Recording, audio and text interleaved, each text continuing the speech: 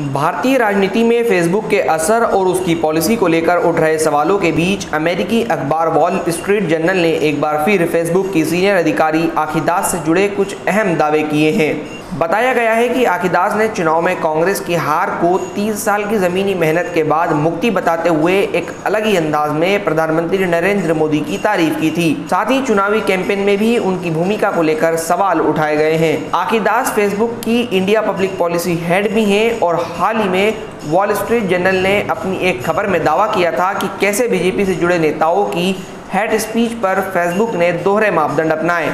राहुल गांधी तो यहां तक आरोप लगा चुके हैं कि फेसबुक व्हाट्सएप पर बीजेपी और आरएसएस का कब्जा है और इसका इस्तेमाल वो फेक न्यूज़ व नफरत फैलाने के लिए करते हैं।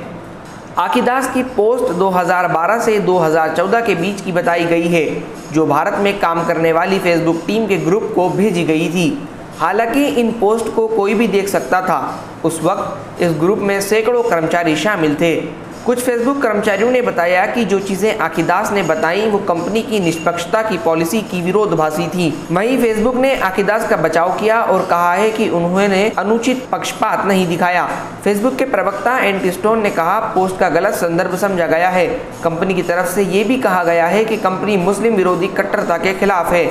वॉल स्ट्रीट जर्नल ने अपनी रिपोर्ट में ये भी लिखा है कि आखी दास ने 2011 में फेसबुक ज्वाइन किया था। ये वो वक्त था जब फेसबुक राजनीति की दुनिया में अपना दखल बढ़ा रहा था। इस दौरान भारत की कई राजनीतिक पार्टियों को फेसबुक के बेहतर इस्तेमाल के बारे में भी बताया गया था।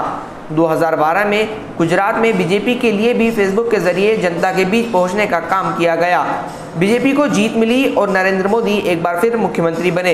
इस पर आखी दास ने लिखा था, हमारे गुजरात कैंपेन की सफलता। इसके बाद नरेंद्र मोदी और बीजेपी के लिए राष्ट्रीय चुनाव का कैंपेन चलाया गया, यानी 2014 के लोकसभा चुनाव के लिए कैंपेन चलाया गया। आखी दास के सहयोगी कैटी हार्बत ने लिखा है कि आखी दास ने नरेंद्र मोदी को भारत का जॉर्ज डब्ल्यू बुश बताकर संबोधित किया था। इसके अलावा वॉल स्ट्रीट जर्नल ने लिखा है कि आखी दास ने अपने इरादे पहले ही स्पष्ट कर दिए थे। जब एक फेसबुक सहयोगी ने इस बात को लेकर सवाल उठाए कि फेसबुक पर मोदी के पेज से ज़्यादा कांग्रेस की फॉलोइंग है, तो आखी दास ने कहा, कांग्रेस से तुलना करके उन्हें अपमानित मत करो। खैर, मेरे पूर्वाग्रह को ना दिखाने दें। इतना ही नहीं, 2014 चुनाव के फेसबुक कैंपेन खत्म होते वक्त यानी रिजल्ट आने से पहले आखी दास ने अपने एक सहयोगी से बीजेपी की जीत की बात भी कही थी। वॉल स्ट्रीट जर्नल ने लिखा है कि 2019 के लोकसभा चुनाव में भी फेक फेसबुक पेज के लिए बीजेपी को कुछ नहीं कहा गया और ना ही आखी दास ने ऐसा करने से रोका, जबकि कांग्रेस को पॉलिसी के हिसाब से ट्रीट किया गया। इसके अलावा विज्ञापन को लेकर भी वॉल स्ट्रीट जर्नल ने कुछ दावे किए हैं। बीजेपी ने अपने विज्ञापनों में पारदर्शिता का पालन नहीं किया और फेसबुक ने यह बात पता लगने के बाद भी कोई एक्शन नहीं लिया।